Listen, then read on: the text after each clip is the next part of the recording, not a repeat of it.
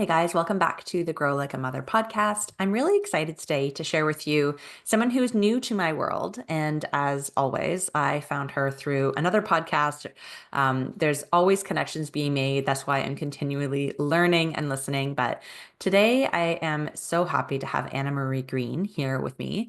She is a pioneering professional intuitive, revolutionizing mental health by combining energetic healing with psychotherapy, making healing, happiness, and health easier to create and maintain.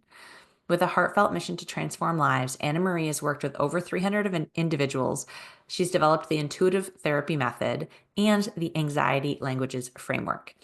Inspired by her own personal journey after losing her partner to suicide in 2019, she empowers others to harness their intuitive skills for profound change in their lives, in their work, and in their relationships.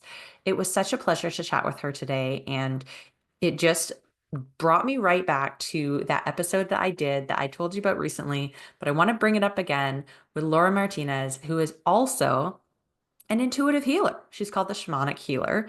And same thing. She is a therapist and an intuitive, and our conversation was really inspiring. I talked with Laura about intuition, and I'm talking today with Annamarie about balance and energetics as parents and in our everyday lives.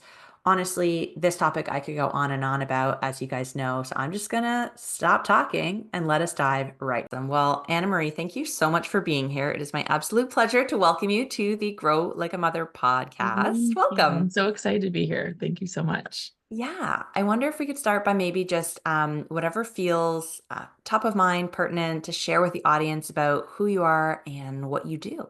Yeah. So, hi, everyone. So, my name is Annamarie Green. As she said, I'm a licensed therapist and a professional intuitive. And really, what that is I'm pioneering new ways to approach old problems and to help create ease and happiness and joy in our life because it feels like it's getting more and more complex, and so much can be accomplished and understood if we look at it from an energetic level. So, I am really bringing in the intuitive, energetic side of things so that I can help my clients and the world just have an easier time. Yeah, I love that. I love that. I wrote down pioneering new ways to solve old Mhm. problems, and that's so true. And I think that you're right that when we look at the traditional ways, it doesn't quite tell the whole picture, right? We need to bring in that energy. We need to understand what the energetics are, so we can use them to our advantage, in addition to all of the other tools that have been working and are working, right? Yeah, exactly. Well, and one of the big things that I found that was an issue with clients and with myself when I started this journey is everything is about like logical. So even when we're learning in school, when I was in getting my master's, we're learning about these different step by step, these very linear processes, and that's just not how healing or being human works. It's never linear, and I find that when we approach it from just the clinical, just the logical side of things, which is traditional talk therapy, it's led by the ego because the ego, its main goal is to keep us safe. So if I ask you, what do you think you're struggling with? The answers you're most likely going to tell me are coming from an ego place that makes sense to you, a narrative that you've created as opposed to what the actual root issue is. Yeah. Yeah, that makes sense. I mean, having done talk therapy, I can totally like Yeah. attest to, yeah, that's exactly what Yeah. happens, right? Yeah. Yeah. I love that you come at it from this sort of perspective of both sides. Like you've got the Hmm. scientific background and you're clinically trained, Hmm. and you've got this sort of softer side, right? This Yeah. more ethereal perspective as well. And it's interesting because I don't see a lot of people who can combine both, right? You're Hmm. either like really spiritual or you're really sciencey, and it's so great to see them intertwined with the work you do. How did you like come to this? Yeah. Well, I came to this when in around 2019, I lost my partner to suicide, and it really kind of brought up all of these mental health stuff that I had not been dealing with because I am very go, go, go, work, work, work. And when I'm upset, when I have lots of feelings, I just throw myself into like some type of goal and working towards a goal. And the thing that came out of that is I realized I couldn't be there for my daughter, and I was doing all of the things that I was supposed to be doing, right? I studied this, I was in therapy, I was doing the things, I was doing all the wellness stuff, I was taking care of myself, I was making sure I slept and worked out and took my vitamins and got sunshine and like set boundaries and all these things, but nothing was working. I was still having panic attacks. I was still like crying myself to sleep. I was angry, and I did not have like a drive to do the things. I was just going through the motions. And I was like, there has to be something more. Like, I can't, for the sake of my daughter, who was two at the time when I kind of made these realizations. She was 1.5 when he passed. And I was like, I have to be better. Like, she deserves a full parent. And so then one of my best friends actually was like, I know you're not into like the woo woo, because I'm a research girly. I love science. I love research. I love academia. And she's like, I think you should just like look, just kind of explore. Here's a person to follow. And I started watching this person's content, who would later be my teacher. And I was like enthralled. And so then I got a reading with her, and it was the most seen I had ever felt. And I had been doing therapy for a year and a half, or more at this point. And I had never felt like anyone had truly seen me without me having to come out of my own head to explain it. And everything was making sense. And I was like, everyone should be doing this, because this was not traumatizing for me, because I didn't really have to say anything. And I now have somebody who completely understands me. And so, of course, I feel more inclined to also do the protocols that she gave me.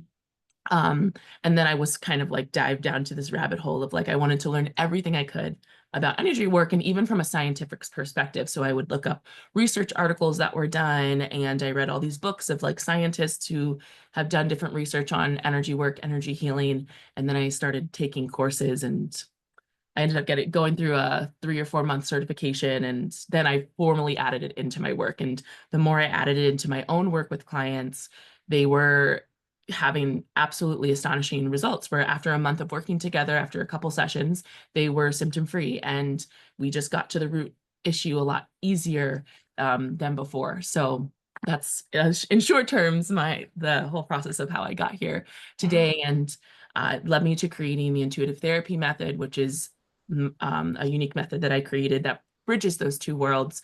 And that's what I think is a really important thing when we look ahead, is it's okay to bridge two worlds, and it's okay. It actually works better this way. I think psychology and psychotherapy is so much more effective, and it is so important, but it is going to give you so much more if you're able to combine the energetic and the psychology. Yeah. Yeah. It's just like extra layers of support, right? Yes. Right. Yeah. Yeah. Different layers to understand yourself. And I mean, at the base of science, it's everything is made of energy. Your thoughts, your emotions, your feelings, your experiences, the chair you're sitting on. So if you want to think about it from a scientific level, of course, like energy work helps. It's the base of the pyramid, because everything's made from it. Right. Yeah, that makes a lot of sense. And I'm Mhm. just wondering, for the people who are listening who might be like, yes, and what exactly is energy work? Can you Yeah. describe like what that looks like in practice, and what are some of Yeah. the modalities and tools that we're actually Yeah. talking about when we say that? Yeah, of course. So intuitive and energy work is actually very trendy right now. It's there's lots of, things about meditation and doing different like healings or guided meditations, and all of that is energy work. But I would say the way that I implement it is you so I'll walk you kind of through what a first and would be like, a person books the session. They might say, I'm struggling with anxiety, or I'm struggling with my child is really anxious, won't go to school, whatever the case is. Maybe it's relationship issues. And so I call a person's energy forward before we meet, and almost as if like calling them into my energetic therapy room.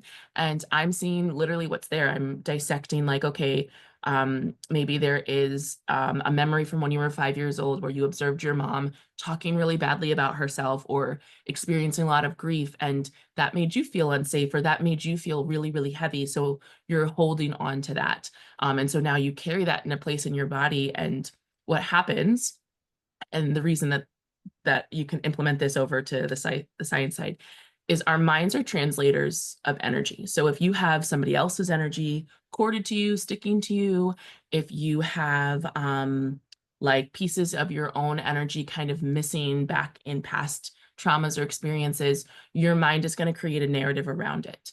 So now all of a sudden you have these intrusive thoughts about, I'm not really worthy, I'm not really pretty, even though you might not have the recent experiences, or you might have been talking about it and trying to use affirmations. Your energy, you're still holding this energy, and your mind's always going to try to translate that and turn it into a narrative for you to live your life out of. So I get to the root of what those things are, and then what do we actually need to do? And then the next level is, while I'm in there, I'm also doing healing. So I'm cutting cords, I am realigning energy, I am helping remove any ancestors that are trying to work through their stuff vicariously through your life.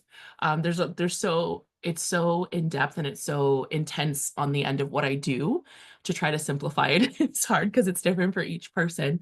Um, but I guess the way to best explain it is, at your core, like when we talk about someone's soul, that is your energy. And then there's so much more that your energy can hold. It holds information for you to have this human experience. So we go past the human experience of just like what logically makes sense, and we're connecting with something deeper, something that resonates more. And that's what really the part of you that's trying to get seen, even when we go to therapy or connect with other people. Yeah. Hopefully Yeah. this makes sense. I know we can talk I a lot. mean, yes, it makes total sense to me. I get it. Because I'm in this world too, and I have done the work, and I have healers, and I'm an Mhm. intuitive as well. And like all of these pieces, it makes total sense for me why this works and why this is something that's really important for us. And one of the reasons I wanted to bring you on the show is to really just share with the listeners, like, you don't need to be deep into this to be able to benefit, right? Like No, absolutely not. it's one of those things where we can start to get curious Hmm. and you see the benefits. And one thing we were talking about before we hit record was the benefits that, like, in terms of balance that can be brought forward Yeah. when we really dive into this. So, can you give me some of your perspective on that? And like, what is balance and how can we blah, blah, blah? Yeah, so it's really cool because even when we look at the collective energy moving forward, before our world, our systems really operated like, if you hustle, if you do all of the things, and perfection was something that was really emphasized, especially for women. But it's the collective energy isn't going to hold that anymore. So it's really about finding what works for you. It Instead of saying, I have to get up at 5 a.m. and I have to work out and I have to journal and do all this stuff, because that is what productive people do. That is all these the stuff that's in all these books of the millionaires and things like that. That's no longer going to work, because if it's stressing your body out, it's sending a very different message out to the universe. If your body is like, okay, I'm doing this because I have to, it's more so, are you doing it for the sake of like fun and expansion? And that's what you want to start asking yourself. Is this fun? Does this feel expansive for me? Or does it feel like I have to? Am I doing this because I'm afraid if I don't do this, I won't be successful? Because those are two very different energies that you're sending out. Balance is about finding what feels expansive, um, what does feel exciting, not necessarily comfortable. It can be uncomfortable. Something can be exciting and expansive and uncomfortable, but we don't want to be doing it from a place of fear. So you might be listening to this and go, I don't know that I want to dive into all of this stuff. That's okay. Find what works for you. Really pay attention to how your body is feeling when you're doing things. That is a big thing for 2025, is paying attention to your body as we continue, time shifts and everything. The energy in the body are going to become more and more intertwined. So if you have unprocessed emotions or anything like that, your body is going to is going to express it a lot faster than it has in the past. So it's really, really important. I would say even how I'm combining the energetic and the clinical is a really beautiful representation of finding something that works. Like, it can be from both worlds. It doesn't have to be perfect or make sense to anyone else. It doesn't matter. I don't care if your coach doesn't understand it. I don't care if your parents or your spouse or your kids don't understand it. It's about, how does something feel in your body? We want to be really embodied and intentional, and that's what's going to create the results that we want in our relationships, in how we're parenting, in our careers. If our bodies don't feel good, it doesn't matter how hard we're working, it's not going to land, and it's not going to feel good if something does land. Yeah. And what about if we're going through our lives, we're Hmm. busy, Hmm. we're curious, we want to know, we notice that our vibration can go positive, negative, whatever. We see it Yeah. vacillating. how do we like point it in the direction we want it to go when there's Yeah. so much external stuff that's either coming at us or that we're focused on so many things. How can you give us a Yeah. tip or two of like how can we get really intentional? Yeah, so to get really intentional, I actually really love this question. I talk about it with my students. It's one of the first things we talk about, is figuring out what a divine yes and a divine no feels like in your body. That is the first thing. If you only do this one thing, life will become so much easier and clearer for you. It won't feel as overwhelming. So a yes feels very specific in your body, and you'll feel it on like an energetic and emotional and a physical level. There will be like, and there's always three levels of truly feeling and embodying something. So figure out what that yes feels like, and also feels like, understand what a no feels like. A lot of people, especially women and mothers, including myself, we have associated no with something that is bad.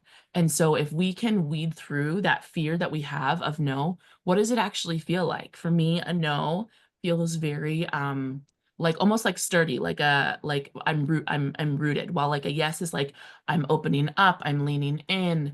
I get a feeling of like what I associate with excitement in my belly, or in different parts of my body. So really figuring out what does that feel like, and start with just asking yourself questions that you know are yes or no. So asking yourself like, what is my name, blah blah blah, is my name Annamarie Francis Hope Green?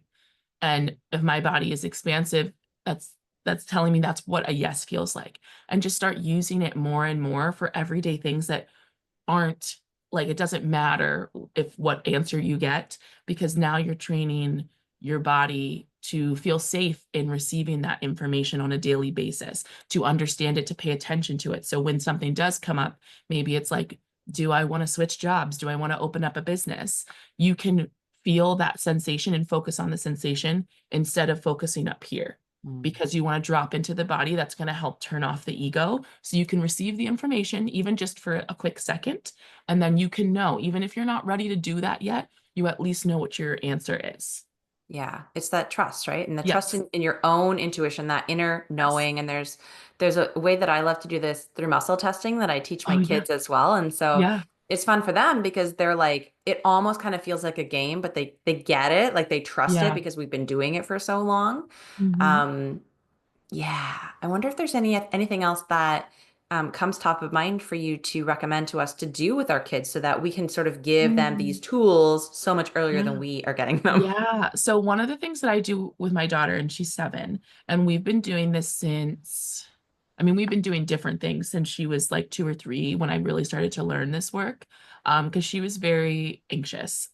Even still, sometimes she struggles with just a little bit of just like, Mom, what if this doesn't work out? And so one of the things we do is we set intentions and we set little bubbles. So this is something else I also teach my students, is like, and Scarlett, is when you're about to leave the house, when you're about to go and do something, and you just want to like to be clear on what your energy is, you want to just put a little bubble of protection around yourself, see, set a color and an intention with that. So my daughter will sometimes say, my bubble is pink, and it's just helping me connect with happiness throughout the day. And what that does is, intentions are really, really important, in general for everyone, because it sets a filter. Think of it as like your Brita filter for life. If you set an intention before an event or before an experience of like, I just have the intention that I'm going to have fun, or I'm going to like really connect, I'm going to feel a certain way, it helps to block out anything that isn't in alignment with that intention. And so I teach that to my daughter from a young age. And I, practice it myself. It's funny. She actually, the other day, she did a much more specific one where she's like, I'm setting an intention that I win surprise raffle, and I do this and I do that. And I was like, okay. And she's like, and that's what I'm receiving today. And I was like, all right, awesome. And I was like, and if it works out, that's great. She comes home, and she was like, Mom, all the things happened that I set my intention for.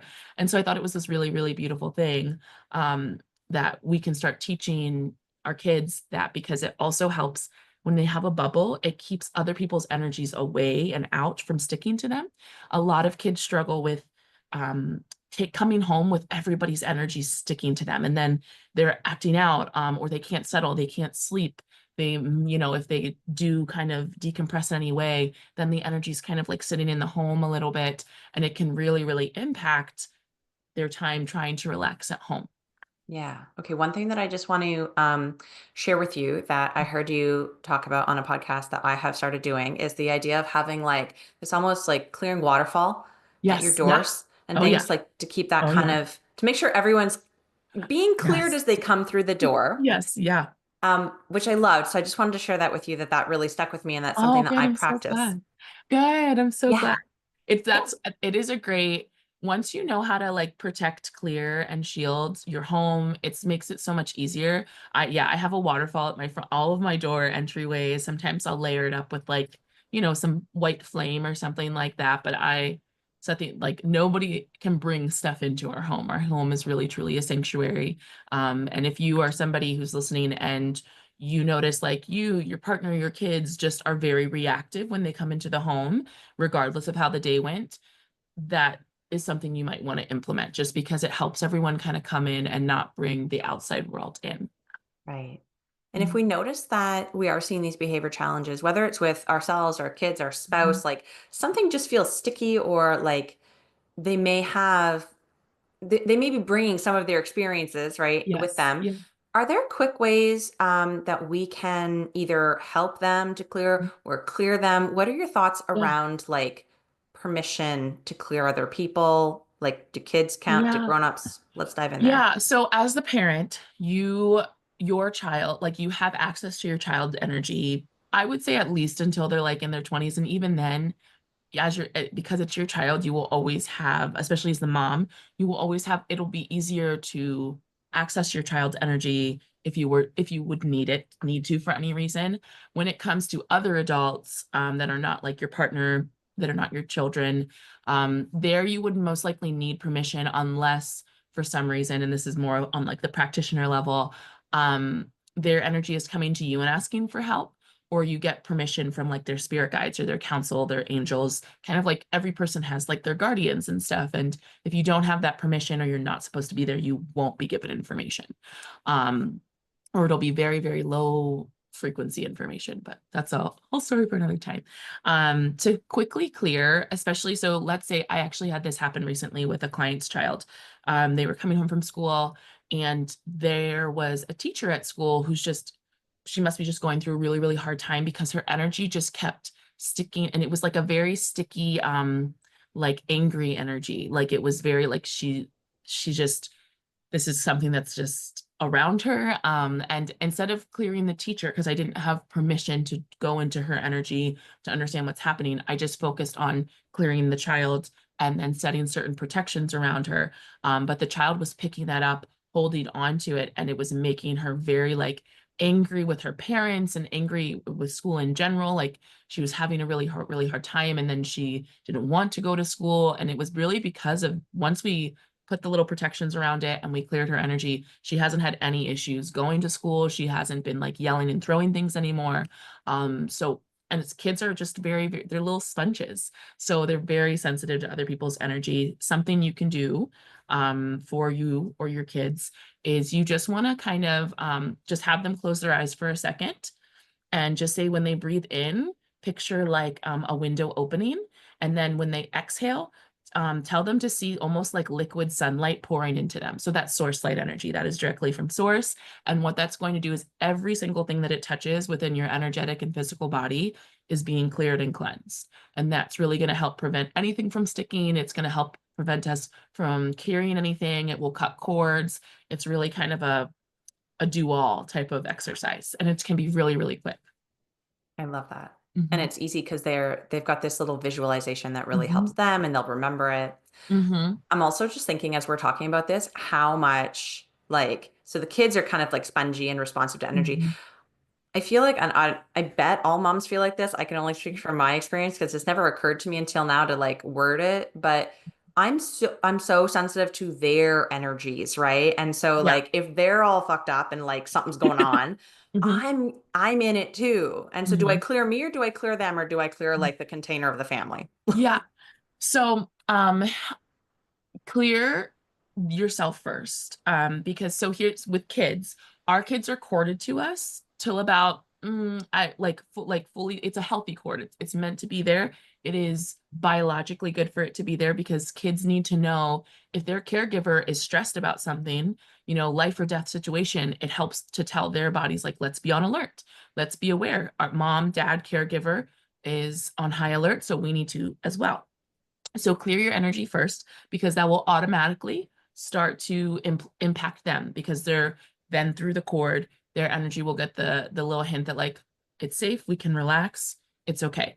And then you want to cleanse them because that will also help to tell you like, are they reacting to the stuff you're carrying? I have a lot of parents who it's actually their own anxiety that they haven't processed that they're now reacting to, and that's kind of setting the tone for how the child is living. So many of us actually come from those households where one or both parents were very, very anxious, had a lot of unprocessed stuff that we're naturally corded to because they're also parenting through that lens of anxiety or fear or scarcity. And so now the child and our bodies are used to this is how you exist, this is how you live, because that was what safety looked like. Safety was created from those places. So you always want to do your own stuff first, kind of like when on an airplane, when they're like, put your mask on first before somebody else's, you want to do the same for your kids. Amazing. Amazing. This is so helpful. Thank you so Mhm. much for coming on today. I feel like I could break this into like 5 or 6 different episodes and just pick your brain on a whole lot of stuff. Yeah, that's okay. Yeah. Oh, this has been so fantastic. Is there anything that's coming that feels like it needs to be said or that we haven't touched on that Mhm. is important to share with the audience before we wrap up? So something that's coming through, and it's something that I definitely felt before, is especially in the lens of like parenting. If you are having a lot of behavioral stuff happening with your kiddos and you are feeling really, really overwhelmed, get outside in some capacity. There's a lack of grounding overall in these younger generations, mostly because naturally we are in front of screens a lot, whether it's at school or it's at home. And that is not to say that if you stick an iPad with your kid that you are doing it wrong. No, but emotional regulation and ability to adapt to changes and transition and to connect with other people requires being in the body. When we are watching a lot of content, when we're playing games, when we're on screens, it's actually allowing us to numb out and be outside of our bodies. And that lack of grounding is triggering these very almost like think of like very reactive kids. Like they cannot handle change. They can't handle, like they get overwhelmed very easily. And all of these incoming souls and these, like, think of like 12 and under, if your kiddos fall in that category, they are either very, very old, ancient, magical souls, or they're like star seeds. So they need that ability to ground in order to have a little bit more ease for their health to improve, all that kind of stuff. Mm, beautiful. Mhm. Beautiful. Thank you so much. If people Welcome. are wanting to book sessions with you, learn from you, like where do we Yeah. send them? What's the best place to connect? Yeah. Oh, so you can follow me on Instagram. It is at Annamarie F. Green. I'm an intuitive therapist. And if you would love to learn, I have a really great in-depth 13-week program called Soul Surgeon, where I teach you how to do all this stuff and more in more depth. And you can also book a session through the link in my bio as well.